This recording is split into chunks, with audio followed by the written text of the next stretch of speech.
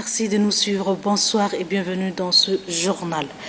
Vous le saviez, le gouvernement et le comité d'autodéfense de Miski décident de tourner la page. Un accord cadre pour le retour de la paix a été signé entre les deux parties. Le sujet a inspiré notre reporter Amadei Abbas. Suivi. Qui cherche la paix l'obtient. Au Tchad, les hommes se concertent régulièrement sur des questions touchant la vie socio-économique et politique, gage d'une maturité politique et d'une véritable démocratie. Ils s'écoutent mutuellement si les circonstances l'exigent. La preuve, ils mettent au devant l'intérêt général au détriment de l'intérêt particulier. L'accord de paix signé entre le gouvernement et la population laborieuse de Miski illustre parfaitement cette volonté manifeste et hautement patriotique sans aucune intervention étrangère. Dans ce document paraphé entre les deux parties, le seul maître mot qui domine l'actualité est la paix. Toujours la paix, rien que la paix. C'est aussi le vœu le plus ardent du premier artisan de la paix que j'ai nommé le président de la République, chef de l'État, chef du gouvernement, Idriss Déby Itno, qui fait de la paix et la stabilité du pays une préoccupation absolue. Désormais, c'est officiel. L'incompréhension qui a opposé le gouvernement et le comité d'autodéfense de Miski n'est qu'un mauvais souvenir. Les fils du pays de Toumaï sont capables de s'asseoir autour d'une même table pour discuter et trouver des solutions idoines aux questions internes.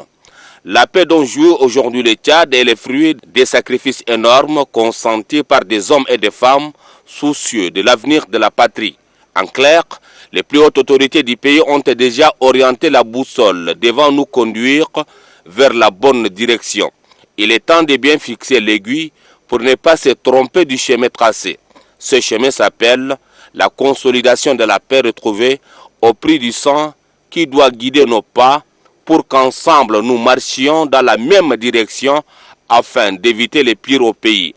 Cela passe forcément par la cohabitation pacifique, le vivre ensemble, mais aussi et surtout le dépassement de soi en cas de conflit. Le Tchad, qui revient de loin, œuvre depuis quelques décennies à tourner la triste page de son histoire. Aujourd'hui, le pays s'est résolument engagé dans la voie du développement, un processus dont le sommet ne pourra être atteint que grâce à la paix et l'unité, deux valeurs qui riment si bien avec la devise de notre pays, unité, travail, progrès. Avec le retour de la paix à Miski, c'est une victoire nationale qui tire sa source de la 4e République.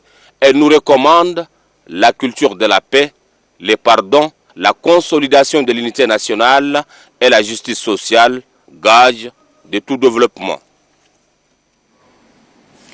L'ambassade des États-Unis d'Amérique au Tchad accompagne le gouvernement tchadien dans le cadre de la lutte contre la traite de personnes au Tchad. Elle a organisé une session de formation de 2 jours au profit de 60 responsables impliqués dans la chaîne judiciaire. Vareladio. C'est une formation organisée à l'intention des 60 participants composés essentiellement des magistrats, des juges et les officiers des polices judiciaires arabophones de la capitale. Elle est axée sur les pratiques en matière d'enquête et de poursuites contre la traite des personnes ainsi que l'appui aux victimes. À travers les connaissances reçues par les différents membres du secteur judiciaire, les attaques de crimes et la traite des personnes seront un triste souvenir au Tchad. Dans notre pays, il y a des actes, il y a des effets, il y a des faits qu'on pourrait, n'est-ce pas, les qualifier conformément à cette loi relative à la traite de personnes. Cette loi, c'est un outil très nécessaire qui vient en renforcement de la capacité de chacun de nous en tant que magistrat pour pouvoir, n'est-ce pas, traiter des affaires pareilles.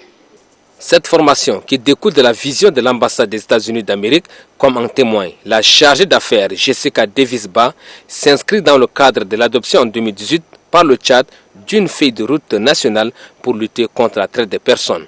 Occasion pour elle d'inviter les bénéficiaires des assises à traduire dans les faits les enseignements capitalisés pour appuyer davantage le gouvernement dans ses engagements internationaux en matière de protection des droits humains. Clôture cet après-midi des travaux de l'atelier de révision du code pétrolier. Ce code vise à réglementer les activités pétrolières au Tchad. Le document juridique approuvé par les participants sera soumis à l'appréciation de l'Assemblée nationale en vue de son adoption. Le point avec Mohamed Moussal. Le Tchad disposera bientôt d'un nouveau code pétrolier aux normes internationales, un document adapté qui permettrait de mieux codifier et d'assurer le bon fonctionnement du secteur pétrolier au Tchad. Ce document déjà approuvé par les experts sera soumis à l'Assemblée nationale pour son adoption définitive. Il dispose de 9 titres avec plus de 200 articles. Ces titres comprennent entre autres le contrôle comptable, fiscal et financier, des infractions et des sanctions, des retraits d'autorisation et d'échange, ainsi que des pénalités pour le non-respect du code. Une fois adopté, le présent code pétrolier permettra au ministère du pétrole, des mines et de l'énergie de mieux prospecter et contrôler avec assurance les activités pétrolières au Tchad. La réforme de ce code pétrolier contribuera à améliorer davantage la bonne gestion des biens pétroliers tchadiens pour l'intérêt de tous. Après les échanges et le débat que vous avez mené durant cet atelier consacré à la réforme du code pétrolier, nous sommes convaincus que les objectifs recherchés seront atteints. Le ministère du pétrole, des mines et de l'énergie voudrait par la tenue de cet atelier apporter une innovation au niveau de nos législations pétrolières. Il a fallu 2 jours pour que les techniciens du secteur pétrolier ainsi que les experts nationaux et internationaux en hydrocarbures parviennent à examiner et valider le projet de l'actuel code pétrolier tchadien soumis à leur appréciation. Ce document juridique facilitera au ministère en charge du pétrole de contrôler en toute tranquillité et confiance les activités pétrolières au Tchad afin de contribuer davantage au développement socio-économique du pays.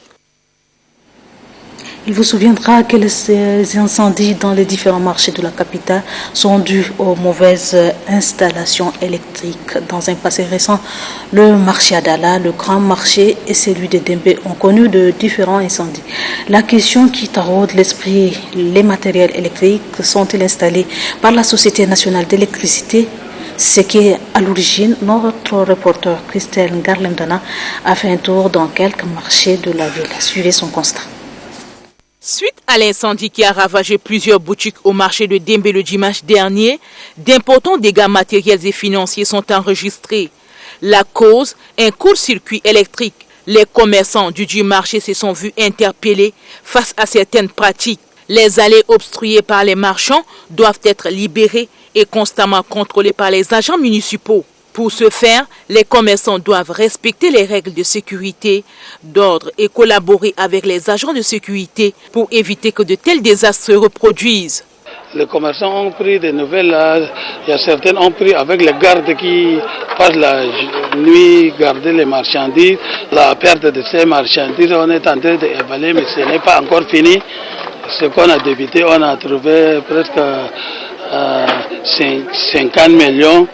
Perte de marchandises et l'argent en espèces 53 millions, l'argent en espèces.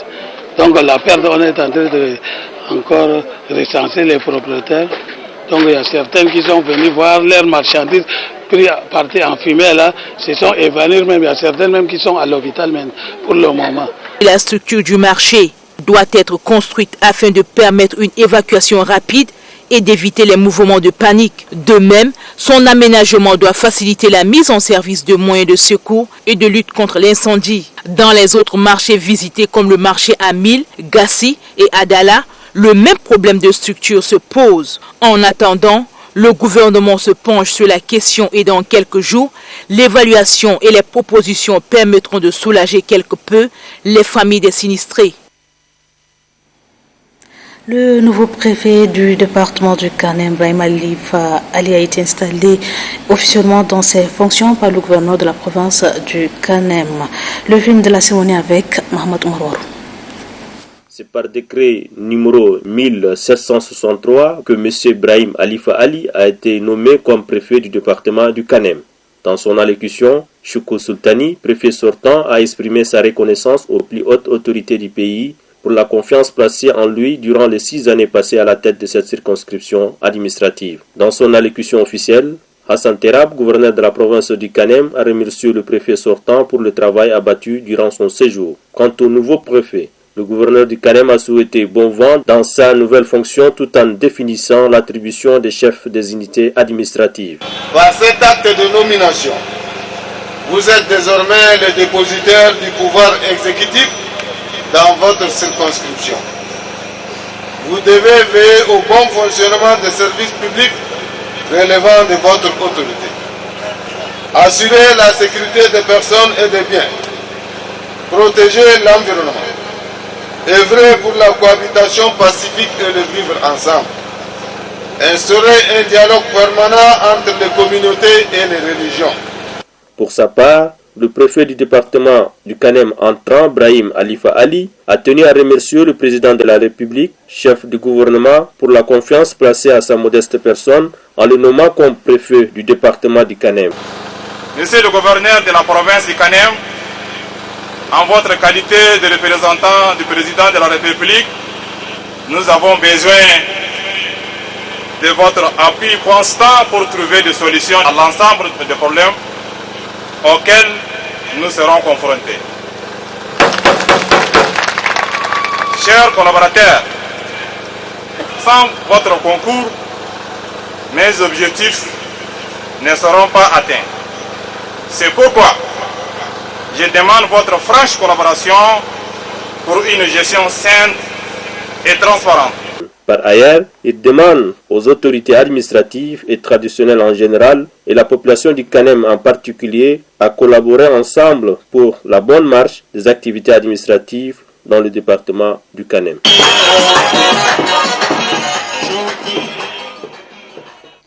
Dans la province du Mandoul, la Fondation Grand Cœur forme les femmes de la dite province sur les activités génératrices de revenus. C'est le gouverneur de la province qui a présidé la cérémonie. Abakar Betel. Concomitamment à la caravane ophtalmologique, les femmes des associations et groupements du Mandoul bénéficient d'une formation axée sur les activités génératrices de revenus. Selon Dorkem Nodji Irène, chef de la mission de la Fondation Grand Cœur, les femmes sont les pierres maîtresses de leur foyer et de leur province. C'est pourquoi la première dame Hinda Debi Itno ne ménage aucun effort pour faciliter leur autonomisation. Dans ce même décor, sous la présidence du gouverneur Lucie Biasimda, le CLAC, Centre de lecture et d'animation culturelle de Koumra, cadre de l'épanouissement des jeunes de cette ville, a bénéficié d'un important lot de matériel, dont une bibliothèque numérique. En remettant ce don, le chef de mission Dorkem Nodji Irène a souligné l'importance des activités culturelles. La lecture, les loisirs sains et les activités culturelles donnent accès à des repères qui peuvent permettre aux jeunes de se situer et d'agir efficacement pour le devenir de leur pays. Lydie Biasimda, gouverneur du Mandoul, toujours présente aux côtés de la mission dans toutes les activités de la caravane, a souhaité également visiter les malades opérés de la cataracte à l'hôpital de Koumra. Des échanges avec les malades, les témoignages de toutes ces personnes qui renouent avec la lumière n'a pas laissé sans voix Lucie Biasimda. C'est très intéressant de voir des gens qui ont perdu la vie et qui maintenant peuvent voir et ont témoigné eux-mêmes. En tout cas au niveau de la province du Mandoul, tout ce qu'on peut dire à la Fondation Grand Cœur, c'est d'aller en avant. Aller en avant parce que nous nous sommes rendus compte que la Fondation Grand Cœur est l'espoir de ceux qui n'ont pas de moyens pour se faire soigner.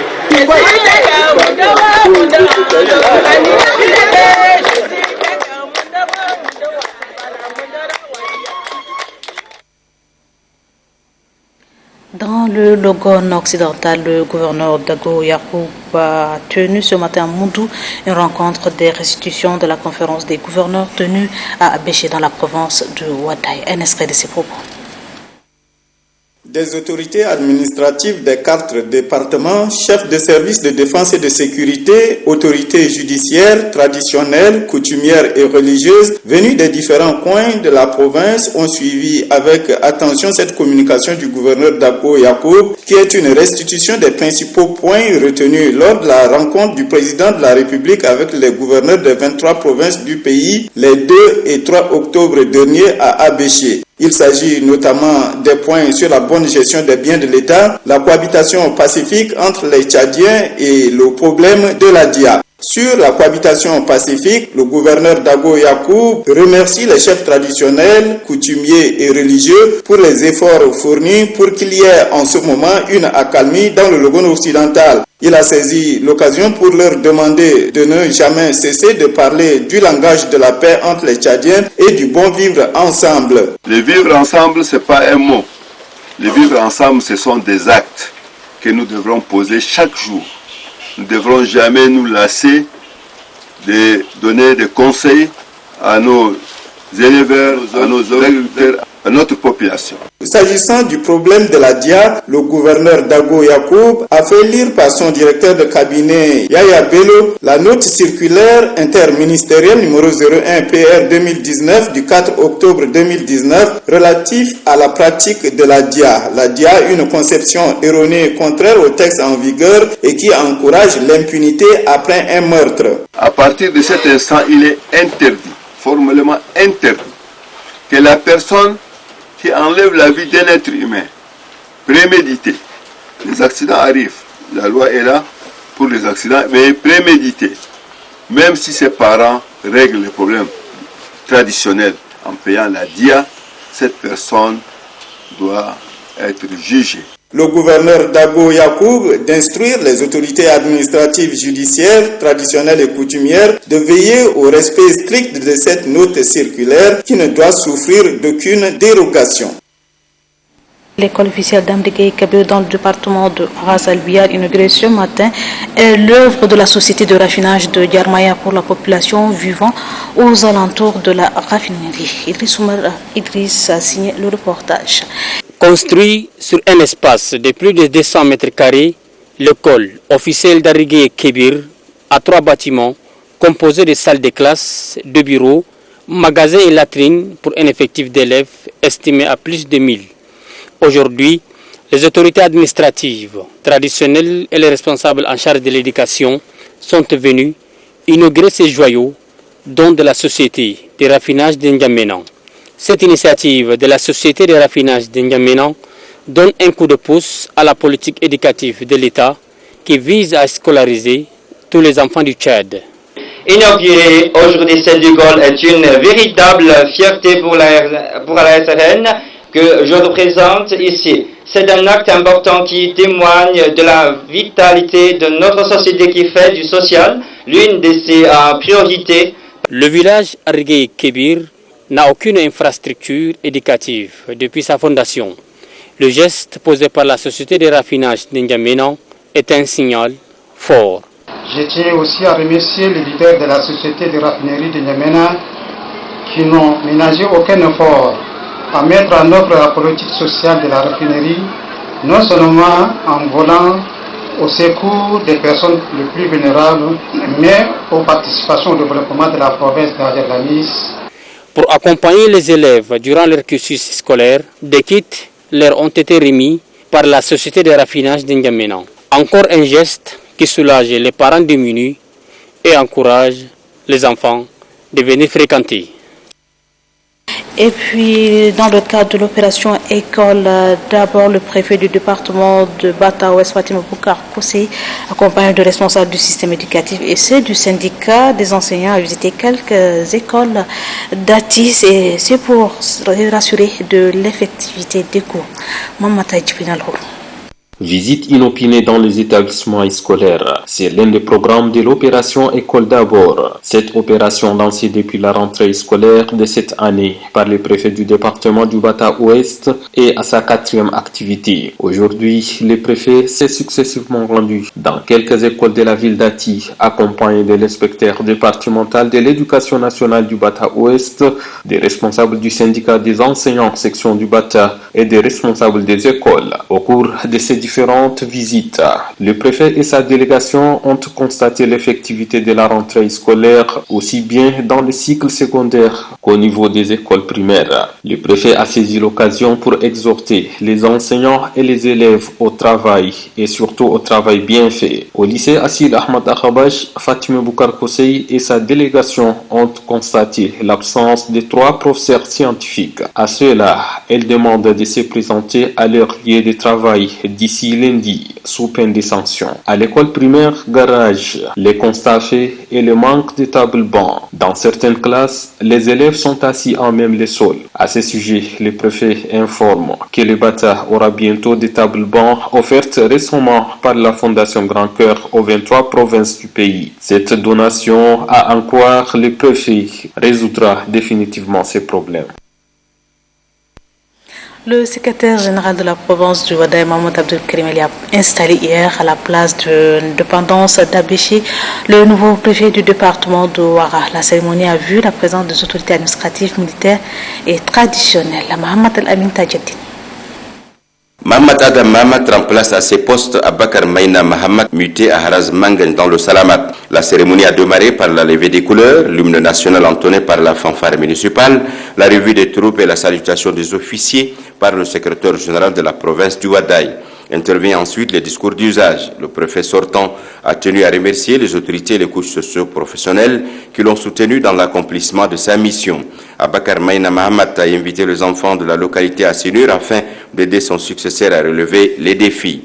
En renvoyant le nouveau préfet de Ouara dans ses nouvelles charges, le secrétaire général de la province du Ouaddaï, Mahmoud Abdel Karim Ali, a rappelé que ce changement obéit aux principes administratifs comme le stipule le décret rendu public le 31 octobre dernier. Monsieur Mohamed Adam Mahamat, en vertu des pouvoirs qui nous sont conférés, je vous installe officiellement en qualité du préfet du département et vous renvoie à l'exercice de vos charges. Les responsables à divers niveaux sont également exhortés par le secrétaire général de la province à une collaboration sincère avec le nouveau préfet afin de servir loyalement ses administrés. Le nouveau préfet de Ouara dit mesurer l'ampleur des défis auxquels il doit faire face. Mahmoud Adam Mahamat s'engage à consacrer toute son énergie et avec l'apport de ses collaborateurs pour servir la population de Ouara conformément à la politique du chef de l'État Idriss Déby Itno, politique axée essentiellement sur le bien-être de Tchadiens. Retour sur la commémoration de la naissance du prophète Mohammed, paix et salut soit sur lui. Le préfet du Barko, Al-Hadji Fidel Banat, représentant le gouverneur de la province du Moinchari, a présidé la cérémonie en présence des fidèles de la dite province. Dieudonné Donatien.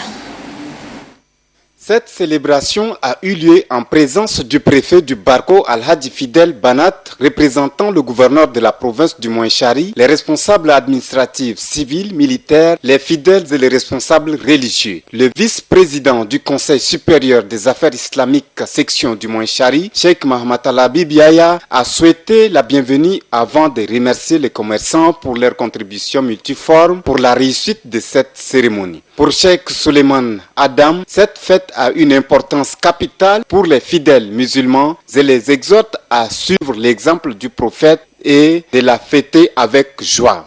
Quant au docteur Faisal Hassan, président des prédicateurs de la province du Moinchari, il a fait l'éloge du prophète avant de souligner les miracles pour les prophètes lors de la naissance. C'est pourquoi aujourd'hui, plus d'1,5 milliard de musulmans fêtent dans le monde. Présent à cette cérémonie, Monseigneur Miguel Sébastien, évêque de Sarre, a souhaité une bonne fête aux fidèles avant de leur rappeler la paix prônée par le prophète Mohammed.